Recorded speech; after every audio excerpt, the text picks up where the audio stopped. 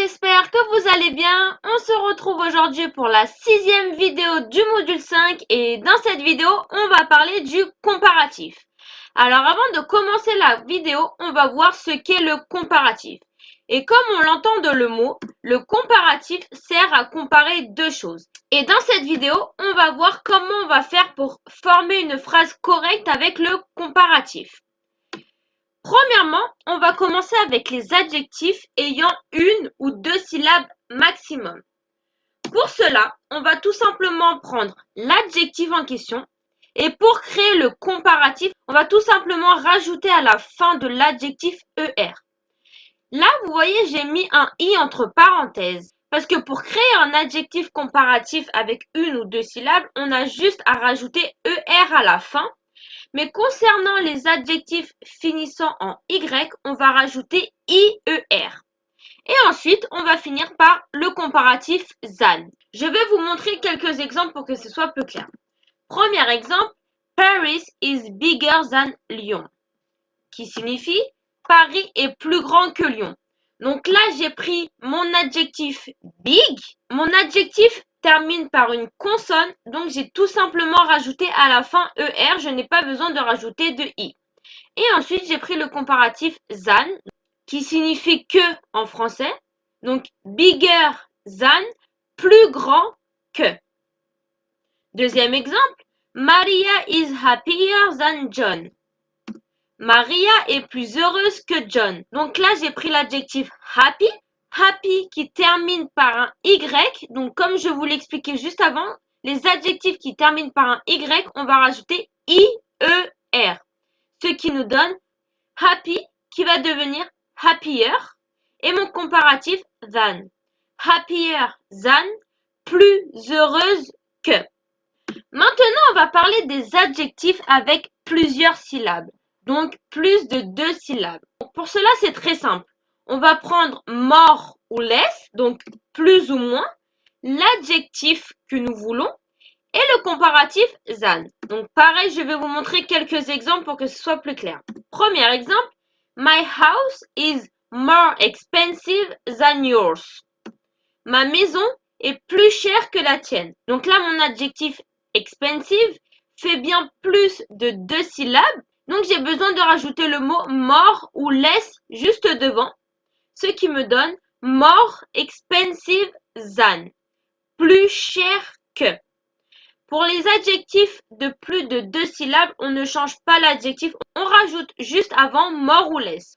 Deuxième exemple, Paul is less intelligent than his brother. Paul est moins intelligent que son frère. Donc là, c'est exactement la même chose. Mon adjectif fait plus de deux syllabes, donc je ne le touche pas. Je rajoute juste avant, more ou less. Ce qui nous donne less intelligent than, moins intelligent que. Maintenant, on va voir les adjectifs irréguliers. Et oui, malheureusement, il n'existe pas seulement des verbes irréguliers, mais également des adjectifs irréguliers. Mais vous inquiétez pas, il n'y en a que 3, donc ça va aller très vite. Premier adjectif, l'adjectif good. Donc, on connaît tous l'adjectif good. Et au comparatif, l'adjectif good va se transformer en better. Ce qui va nous donner better than. Je vais vous montrer un exemple. Premier exemple, my cooking is better than Jeff's cooking. Ma cuisine est meilleure que celle de Jeff. Donc là, je ne peux pas dire my cooking is good than Jeff's cooking ou alors my cooking is gooder than Jeff's cooking. Non. Si vous dites ça, ce sera totalement faux. Si vous voulez utiliser l'adjectif good dans une phrase comparative, il faut absolument que vous le remplaciez par better. On sait tous que good et better ont la même traduction, ça veut dire meilleur. Mais good, c'est un adjectif et better, on va juste l'utiliser pour faire une comparaison.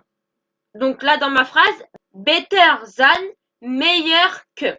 Attention, une chose très importante aussi, quand vous voulez dire en anglais que quelque chose appartient à quelqu'un, si je prends cet exemple, la cuisine de Jeff, si je veux traduire cette phrase en anglais, j'aurais tendance à dire the cooking of Jeff. Donc là, j'ai traduit la phrase mot à mot par rapport à ma phrase en français. Mais cette phrase est incorrecte. On ne va pas dire the cooking of Jeff. mais on va dire Jeff's cooking. Comme là dans ma phrase, je n'ai pas dit My cooking is better than the Jeff cooking. Non, si j'avais dit ça, ma phrase aurait été fausse. Quand on veut dire quelque chose de quelqu'un, on met toujours le nom apostrophe S. Donc ça, c'est une chose très importante en anglais parce que du coup, nous, en français, on n'a pas cette formation de phrase. On ne dit jamais Jeff cuisine. Non, on va toujours dire la cuisine de Jeff. Donc là, pour la cuisine de Jeff, je dis Jeff's cooking. Et surtout, on prononce bien le F. Jeff's cooking. Pour dire que c'est sa cuisine, que ça lui appartient. Maintenant, on va voir un deuxième adjectif irrégulier qui est bad. Pour l'adjectif bad, le comparatif va être worse. Worse than. Premier exemple, having fake friends is worse than having no friends. Ce qui signifie avoir de faux amis est pire que de ne pas avoir d'amis. Donc pour l'adjectif bad, c'est exactement la même chose que good. Bad est un adjectif, mais si vous voulez l'utiliser pour comparer quelque chose, vous allez utiliser le mot worse, qui a exactement la même signification que bad. Donc worse than, pire que. Et pour finir, le dernier adjectif irrégulier est l'adjectif far, qui veut dire loin. Et le comparatif de far va être farther. Donc là, on retrouve bien notre son TH qu'on adore plus que tout au monde. Donc on le prononce bien s'il vous plaît. On n'oublie pas qu'on doit mettre la langue entre les dents pour le prononcer. Je sais que ce comparatif est très compliqué à prononcer parce que là, on a deux fois le son TH dans farther et dans than. Donc c'est très important de bien savoir le prononcer. Farther than. Je vais vous montrer un exemple. Brazil is farther than Spain, qui signifie le Brésil est plus loin que l'Espagne. Donc là, il faut faire attention et bien retenir que l'adjectif comparatif de far est bien farther, parce que si on ne s'en rappelle plus, on aura tendance à dire farther. Brazil is farther than Spain. Et si on dit ça, ce sera faux. Donc retenez bien far, le comparatif est farther. Donc là, farther than, qui signifie plus loin que. Conclusion. Quand on a un adjectif de une ou deux syllabes maximum, on prend l'adjectif et on rajoute à la fin ER.